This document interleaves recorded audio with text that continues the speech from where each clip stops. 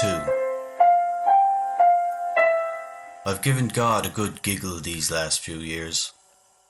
My plans of becoming a young, successful poet became a punchline on my 30th birthday as far as I was concerned. And now my great notions have become little more than the necessary elements of a joke. A bad one.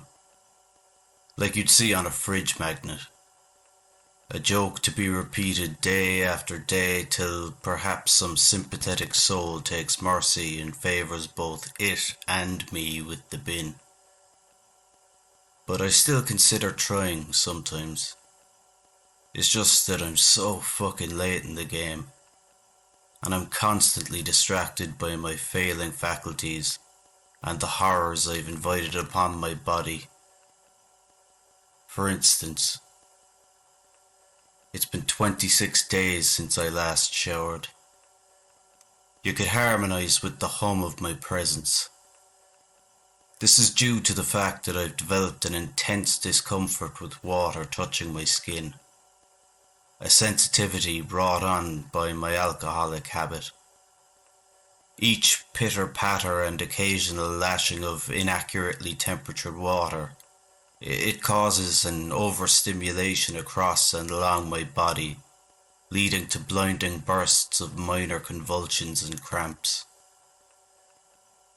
These days I have to manage my general hygiene at the sink with a shallow puddle poured from an inoffensively tepid tap, and I dab my pits and groin and neck with a cloth to fend off any sores or rawness.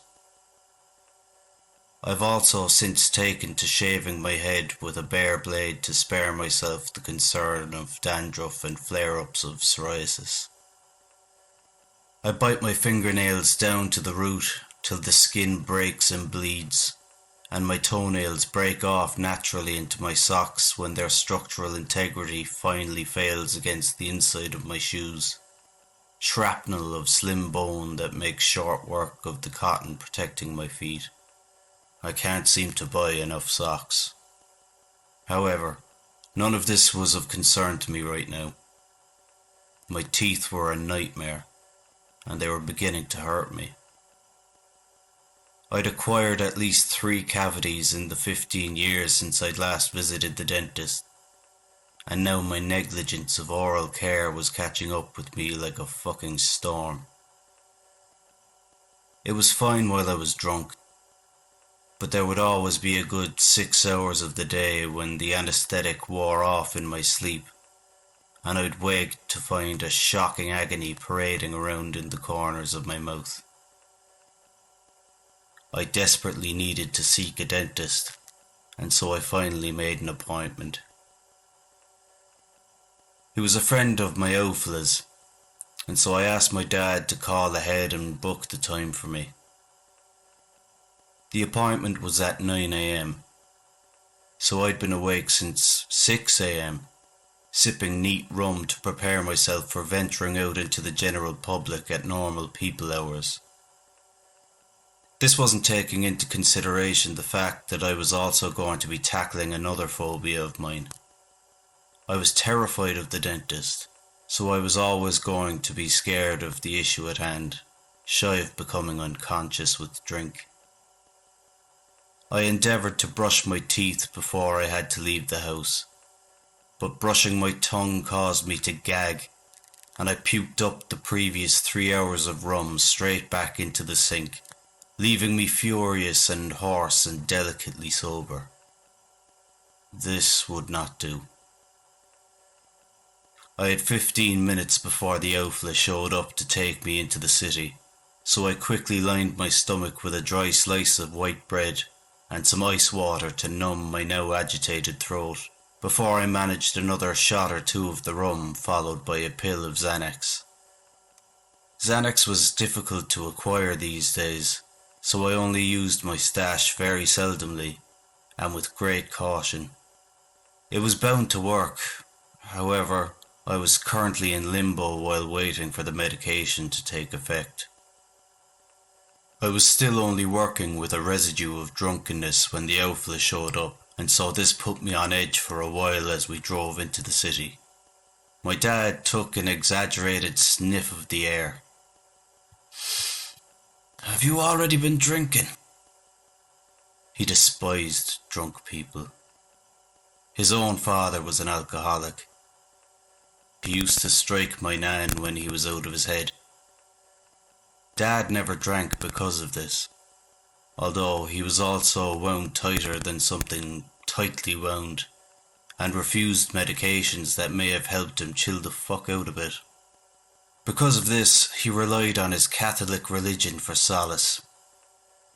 This did him no good and offered zero relief from the stress of having had 5 children born in the space of the 1980s, myself being the youngest and a survivor of a botched vasectomy. So instead, he would just beat the shit out of us when he became frustrated or anxious, clearly missing the irony of his chosen teetotalism. "No," I said. "Sure, that's either my aftershave or the mouthwash that you're smelling." I don't know if he believed me, but it didn't matter. All that mattered was my anxiety and whether the Xanax would kick in before we reached our destination. I was panicking, and I took another.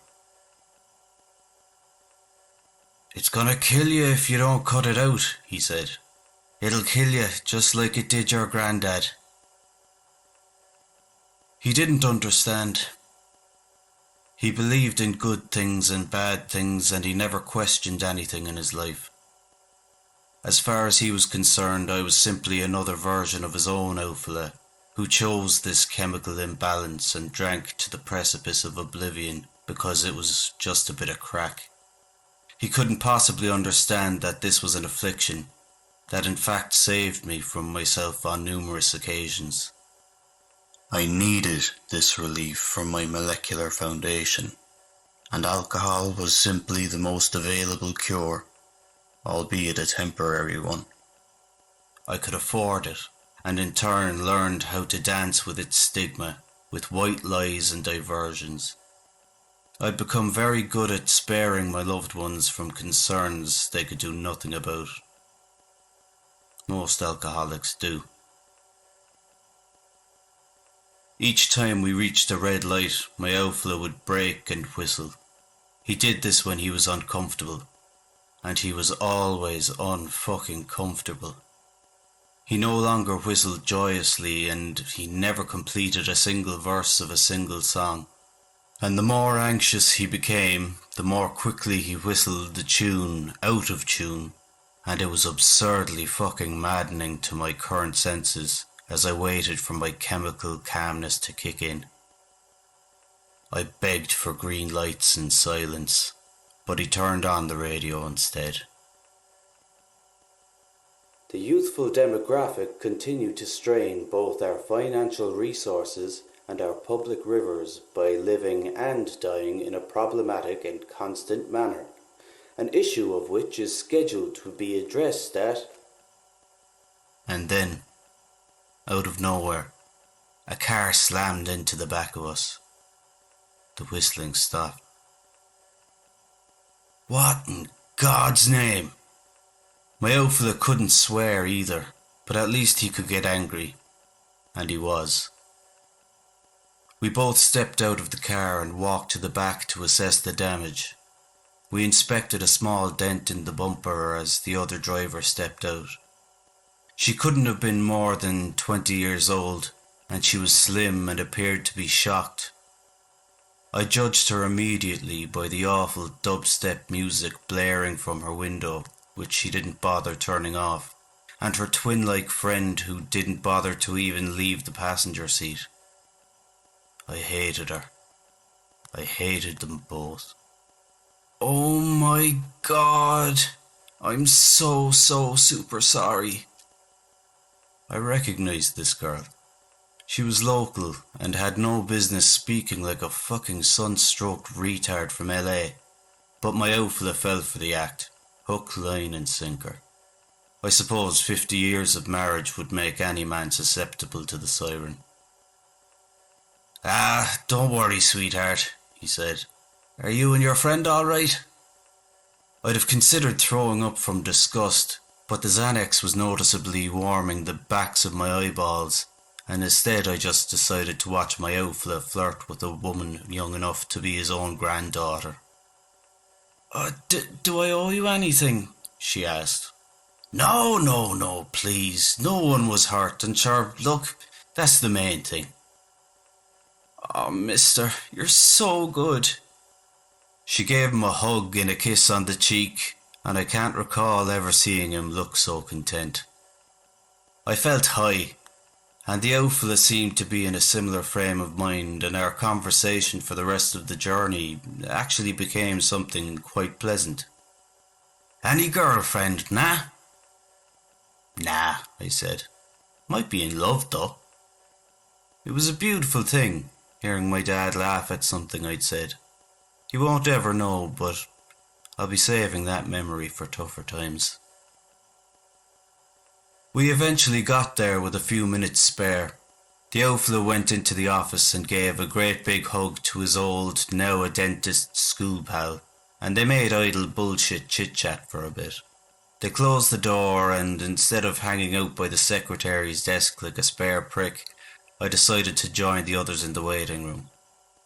I was in the company of a very fat mother who gave nae a single shite to her overactive child who was licking the fish tank, and there was an old man who looked like he'd already seen centuries of living, and he was without a tooth in his skull, and I wondered if he either really needed to be here, or if he was just taking the piss while he waited to die. Mummy, the fish is dead.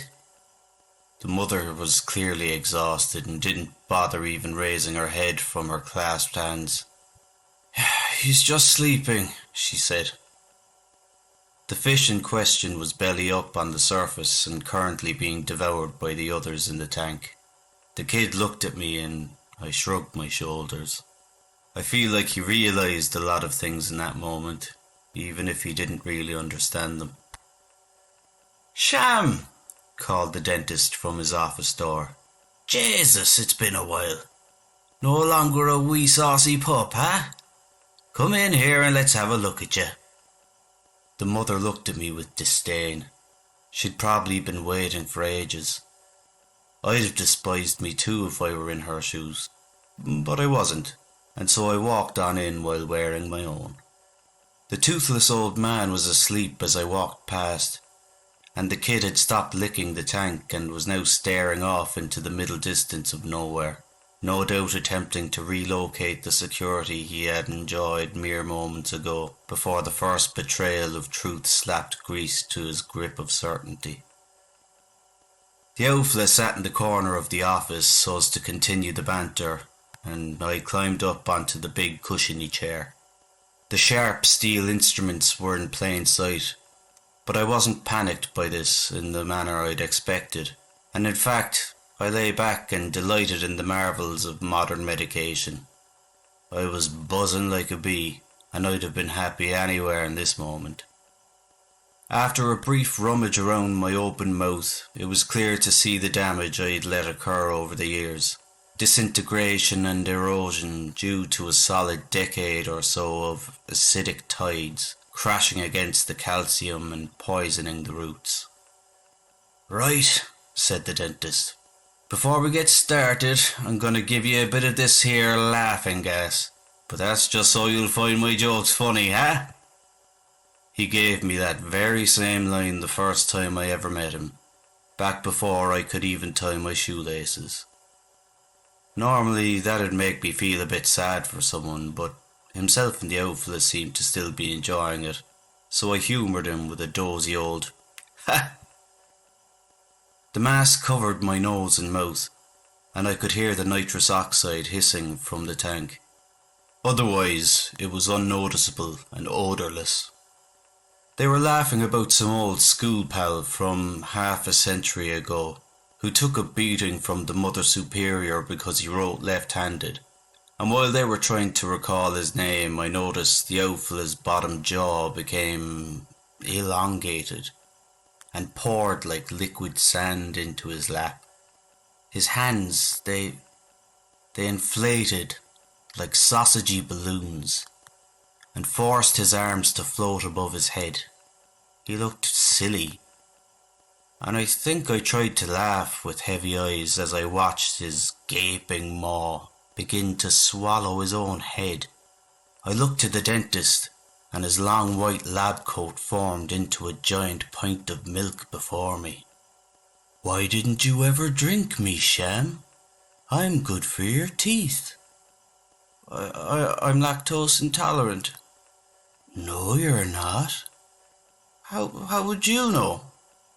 "Oh, I know everything about you, Sham. I know how scared you are. I know how lonely you are. I know you don't like to eat in company because you're frightened you'll choke. And I know that only frightens you because you'd feel embarrassed for making a scene.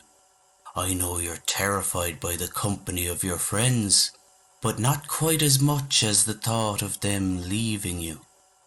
I know you're out of your depth in the shallow end of existence, and I know you're not lactose intolerant because you fucking drink me with tea." I'd been bested by a pint of milk, and I stopped resisting the weight of my eyelids. I awoke on my back on the tiled floor with a massive intake of breath, and the dentist sat back from compressing my chest with his hands. "Sham!" the old fella slapped at my face. "Are you there?" I grabbed his hand and nodded while sucking in as much oxygen as my lungs could take. "He's there," said the dentist, now out of breath himself. "He'll be okay." "Call a fucking ambulance," shouted my dad. But I told him no. I told him I was okay. I told him I just needed some air and that I wanted to go home.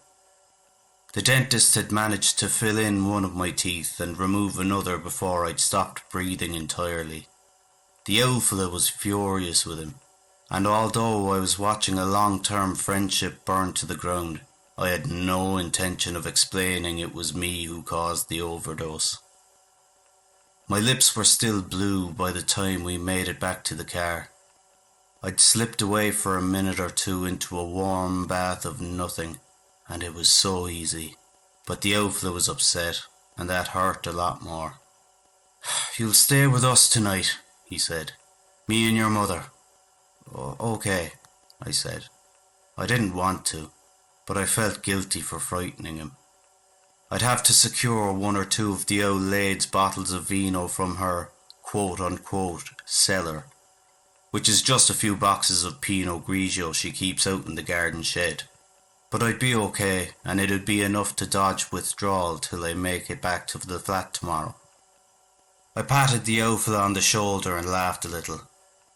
"What'll you say to Mam about the bump on the car?" He laughed back, and I felt happy again. I reckon she probably did it herself," he said. "Don't you?" "I reckon so, Dad. Yeah, I reckon so."